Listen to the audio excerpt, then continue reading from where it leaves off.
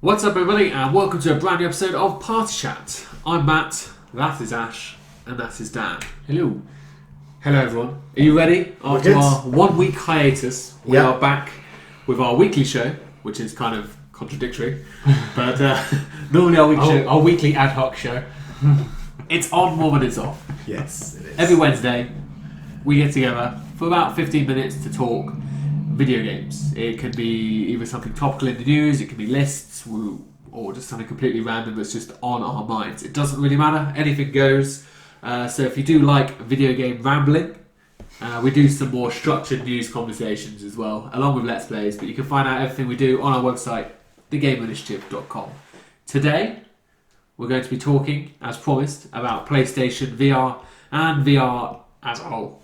So last week we had the big announcement of PlayStation VR. Its price, £349 or $290 to us. Yeah. Tax avoidance lovelies in Guernsey. It's not tax avoidance. We avoid paying tax. It's not tax evasion. No. No, but we're not avoiding the tax because the tax doesn't exist. Yeah. Tax exempt. Yeah, tax exempt. We're not going to get into a tax conversation. Right? Yes, we are. I've been up for 12 hours already. It's only 4:30 and I've been up for 12 hours and I'm not talking about tax. Okay. Anyway. Yeah. £249/$290. And it's coming in October this year. So Dan and I talked about it briefly, what we thought about the price point. How there's the obviously slight caveat that you need a PlayStation camera, which is an extra £40, and what we thought about whether or not that's bundled in. So Ash, why don't you kick off today's show, seeing as you are fresh to the VR conversation. What do you think of the price? $349. What do you think about the fact that they're saying it's $349, but you actually need a £40 camera? The excuse from Shuei Yoshida is that they didn't want to bundle in the camera with the headset, and it costs more for the people that already have a camera, like yourself. Yeah. So for you did why pay £400 when you can pay $349 because you don't actually need that other device? Yeah, I don't know how. I mean, I don't know how popular the PlayStation camera is. I bought it really because I felt that it acted well as like a microphone because I didn't like the headset that you got with the PlayStation, so I bought it as like a microphone. I would just like to point out, as being on the other end of you using it as a microphone, it was a terrible idea. I know. I don't use it anymore. I've got like a little earpiece thing, but I mean that was why I originally bought it.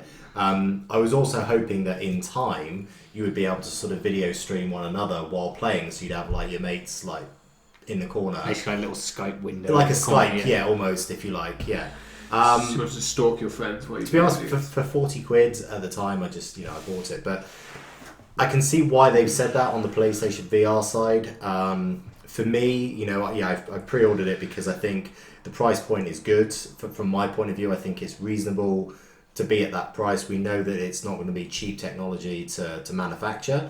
It's relatively new technology as well, so there's always going to be that cost element which we discussed for months now. I think it's priced fine. I think we always knew that pricing it well above the cost of what a console would have been excessive, but then you could sort of argue that it is an accessory, but in effect it's something that if you want it you do and you pay the price for it, but it's not necessary. You're still going to be able to play a lot of these games, we think, without the accessory. So I think straight off the bat, Dan, we've touched on this already, but this is our dedicated conversation for it.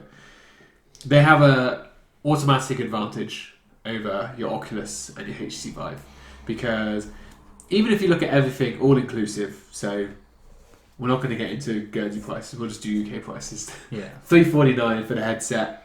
The console at the moment you could pick up for about $300, say maybe $320, and then the camera £40. So all in all, you're looking at £700 for absolutely everything. If you don't have the PlayStation right now, versus the HTC Vive, which is £600 straight off the bat, and then you need like a £1,000 computer PC. To go with it, yeah. So even if Oculus or HTC Vive were free, the cheapest way to get to VR is still the PlayStation VR. Yeah. And you get a console on top of it. So they definitely have an advantage. The quality, maybe we will see the difference in quality. I mean, obviously, there must be more expensive tech in the Oculus Rift for them to be charging that price. Yeah, I mean, like they do say that the displays in like the Oculus Rift and the Vive are better than the VR one, which is why the PlayStation VR is cheaper. Yeah, that's one of the ways that they are able to bring the price down. Is you sacrifice a little bit in quality in order to do whether it makes a massive difference or not. I think the only way you can truly say is to actually be trying them. Yeah, and playing because even though you statistics or numbers wise it says yes, this is better, is can your own naked eye tell the difference? And I think that's probably down to an individual thing. Because same with frame rate, isn't like some people will say, "Oh, I can easily see it's running difference," and other people are like, "Huh?" Yeah, I mean, like if it's the equivalent of a 30-60 frame rate, then yeah, you can see the difference. But if it's like 30-35, there's always going to be tech bots out there that will be able to tell every single little difference. But to your average consumer, that's what I'm saying. Yeah. So this is going to run 1080p resolution. It is, yeah, which is great. It's a 5.7-inch OLED panel.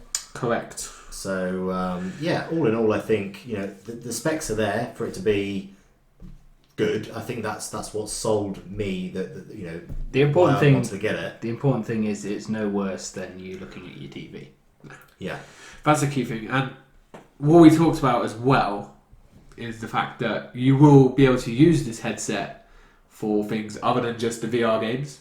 They're bringing in the cinematic mode, which I think is my actually favourite feature of the headset at the moment. Even though VR is going to be great, like the fact that I know I can use it and it basically makes the equivalent of having something like a 5-meter screen in front of your eyes, basically like the equivalent of being in the cinema in front of your face. So I really like that, and I'll be able to watch my movies, whichever type of movies I prefer, and play PS4 games. I like the fact that I potentially will be able to play video games when the wife wants to watch something on TV, Keeping Up with the Kardashians or whatever rubbish she watches. I'll actually be able to just stick my headset on, whack on the headphones, and then just let her get on with her rubbish. Big Brother or whatever it is she's watching. Exactly. Geordie Shore. And I can just be immersed in games. For the price of, as well, we talked about, is people were talking about, this is really expensive, it's like the price of a console or whatever. It's like, TVs aren't cheap.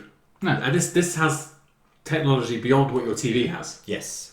So, yes, a TV you can watch everything on, whereas you can't watch anything on just this headset. You do need other things. But I still think it's really well priced. And the October release, we speculated last week about, is that delay because of production issues? I've since heard an interview with Shuhei Yoshida who basically confirms that, so our suspicions were correct. They basically said that they'd underestimated the interest in the headset, so they're just giving themselves longer to make more of the headsets. We experienced already that it was sold out pretty quickly. I think I touched on this last week on the Game Week show that I said any pre-order after 11:45 a.m. on the day they went up, was it a Wednesday? It was. So 2 weeks ago now, the time I'm watching this, cannot guarantee release day delivery. So I think Ash and I both just about squeezed in. I know I was about 11:20. Doesn't say what time I ordered it. It just says. Does it not say on your email? Oh, maybe it just says the. I'm pretty sure when you sent me the screenshot, you were in by the skin of your teeth. I think you were like 11:40. Possibly. So, if you had less emails, you'd be able to find it. Yeah, I know. Oh, here we go. So it was ordered at 11:39. Yeah. Oh, 6 minutes. So that's what the PR people from Amazon UK said. Anyway. Yeah. So they're going to be hard to get hold of. It's not something where you can probably just wait until they come out and just go into the shop and have a look at it and buy one. So it is a leap of faith, but by the sound of it, the uptake has been. Yeah. It must be exceeding their expectations because I know the US ones went on. It's weird. The UK ones actually went on pre-order before the US ones, which was weird. But the US ones have also sold out and come back in stock and sold out. So it's going well for them. We should move on to the games. Some of the games on there as well. Yeah, well, we saw some previews a good few weeks ago, didn't we? When we talked about a couple of them. The one where you're sort of jumping around in a rocket suit, whatever. Mech suit, rigs. Yeah. Mm-hmm. That's the one I'm excited for. So that one looks really good. We also saw PlayStation VR Worlds, which is, looks like a tech demo. Yeah. Really. But the VR luge looked like a lot of fun. I did ask Matt last week whether he would get fully into that game and be lying down on his floor in his lounge and be doing the whole... Of course I would. I would. You've got to. Yeah. You got it. Yeah. I might even buy a luge board. Do you want a skateboard and just lie on that instead? Well, that might be cheaper, yeah. Yeah. Or just get a tray out of the oven. Maybe cover yourself in ice as well. For just to feel the temperature. No, there's not that luge. This was road luge. Oh, is it? Yeah. I thought it was like. There wasn't. No, it might be both. There might be both, but the trailer they've shown is just you're going down like the street, like extreme luge. So yeah, I think basically the success. We should talk about what do you think the success of this headset's going to be, because the danger is we do have another PlayStation Move on the horizon where the take up it'll be strong in the beginning, and then people will realise there's no content, and then people's interest will wane, and then no one else will buy it, and eventually it will fall away. Do you think we're in the danger of that happening, or because I think they said 50 games confirmed before the end of the year? So I mean, the quality of those games will vary, obviously, from very, very bad to. And it's also good. When you say games, it could be literally a 5-minute experience kind of game to something that will take hours and hours and hours. So that's kind of a very vague statement. Yeah. Like, do they class PlayStation VR Worlds as one game because it's one disc, or is it 5 games because it's got 5 things within it? Yeah. 50 sounds like an awful lot. Yeah, I mean, one thing that we want to know really, I think, is okay, we're going to be able to play games using the PlayStation VR, and it's going to act as which is going to be, I think, fine for most first-person shooters, and anything that's played in first person is perfect. But I suppose we want to know really that more games are going to be moving towards an option of first person, whether it be a driving game or whether it be a shooter, difficult maybe on a platformer, but yeah. I mean, there's definitely some interest. We saw EA have said that they're going to bring a Star Wars Battlefront experience to it, so you'll get to be a Jedi. So you can get shot in the face in VR. Yeah. Why not? That's what everyone wants. No, that's my point. So that would basically be all that I'd be able to do in Battlefront is walk in and get shot in the face. So that would be my Battlefront experience. Or you could get not just shot in the face, but lightsabered. Is that the maybe? Yes. Is that the definition of the action? Lightsabered. Yeah. It'll be interesting to see if games going forward, not just VR, but not just Sony, but on the Oculus as well. Are more and more games going to actually be embracing it? Is it going to be is it going to come to a stage where more games are going to have both components, or is it going to be like the 3D games where maybe 20% of games, if that, supported it? Yeah. That would be interesting to see. They did talk about how that it's important that they have a second screen experience so that you'll be able to play the same game against someone without a VR headset on the TV. So the game sounds like the games that are VR made will also work. Part of that second screen experience is so that not necessarily just you playing the same game alongside someone else, it's so that those other people can see what you're doing. Yeah. So if it's a single player game, other people can still see it. But the thing that I don't necessarily like about that is the fact that when you're putting on that headset, is you're almost isolating yourselves from those other people. Now, normally when you have someone else there watching a game, it's so that you can be reacting to the same thing and experiencing it. You may not react the same way, but you're sharing the exact same experience. Yeah. And when you're doing it this way, where someone's immersed VR, cutting out everyone else because they've got their headphones on kind of thing, and someone else is just sat there on the sofa, it's a very different experience at that point, and you're not going through the game the same way. I was just because half of the person on the sofa's experience is going to be watching the person with the VR headset going every scary thing kind of thing. It's still better than just sitting there in a room with no TV on in dead silence while your mate's playing on the VR headset. Yeah, there is obviously that, but it's like if you're going to want to experience a game together, just stick it on the TV. Unfortunately, yeah, that's my opinion. But then again, I've always said I'm still not yet sold on the whole VR experience. I want it to do well. Like, this is the thing, I don't want it to fail. I want it to do well and I want it to progress. But at this point, I'm just not sold on it necessarily being the sole way forward. Yeah. Which is kind of why some people want it to go. So yeah, that's basically the closing comment we can look at now between the three of us. You've already answered that. Do you think it will be here to... Will it change the way we play games forever? Or do you think it's just going to be a mini phase?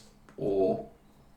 do you feel it's way too early to... I don't think... it won't ever replace what we have, but I don't think it'll be disappearing anytime soon. I think PlayStation Move never really took hold. Xbox Connect was never really a success. So I think this will probably be more successful than those, because I think it is what people have wanted just for... we're talking over a decade. People wanted this. Everyone's wanted this. And watching the films and stuff. Yeah, and so I think it is going to be here to stay, but it's not going to replace what we already know. I think the biggest thing is, and without going too nerdy, whatever, is that people are chasing the holodeck thing of Star Trek. Yeah, I think that is the ultimate aim for where everyone wants to get to, and obviously this is another step in that. And so on. So this is what I'm saying, is like, obviously we want these sort of things to do well so that everything can always keep progressing. But I think people just instantly want holodeck. Virtual reality has always been the ultimate dream for everyone. Yeah. So I think it will change the way we play games. I agree with Ash. I don't think the old format will ever completely disappear. But I think it's, you talk about games in maybe 5-6 years, they'll look completely different to the game. Well, not completely different, but they'll look substantially different to the way we see games now, because there'll be a lot more games kind of geared towards this virtual reality. It'll be interesting to see what happens to like these third-person action experiences, because if it does become the fact that VR is going to be the way forward, then do we maybe end up seeing everything's going first person? Everything going first person, because that is the biggest problem with VR, is that you are limited to the type of games you can play. It's got to be as if you're playing through someone's eyes. How are you going to play a sports game unless you just take on the role of one person? Like, it becomes Be a Pro only, which, I mean, that would be great, like being like a quarterback in Madden or something, and like using the VR and being able to see down the field and throw the ball, have the motion gloves kind of thing. But I am excited for my day one purchase. Ditto. And Dan will just have to wait now because he hasn't ordered it, so it's too late. I'll let you use mine for a small fee. But yeah, so that's just a little bit of PlayStation VR now to look forward to. October confirmed just in time for the big releases of 2016. I'm sure we will almost certainly be having more conversations about VR at some point in the future. And hopefully we'll get more announcements in terms of games that are due for release that are going to try and embed this in maybe a game they're working on at the moment in anticipation. I do think they need a big title to come out with it. Yeah. They do. You need a Call of Duty or something. No Man's Sky. So, still got to be. I mean, No Man's Sky is obviously coming out beforehand, but it now gives them plenty of time to fine-tune that VR version. So, it's true. We shall see. That's it for now. It's good. Thank you, Ash. Thank you, Dan. Cheers, guys. Everyone, don't forget to leave comments down below about what you think of VR, where you think it's going to be in the future, and, well, for 2016 and beyond. But for now, thank you very much for watching, everyone, and we shall see you all next time.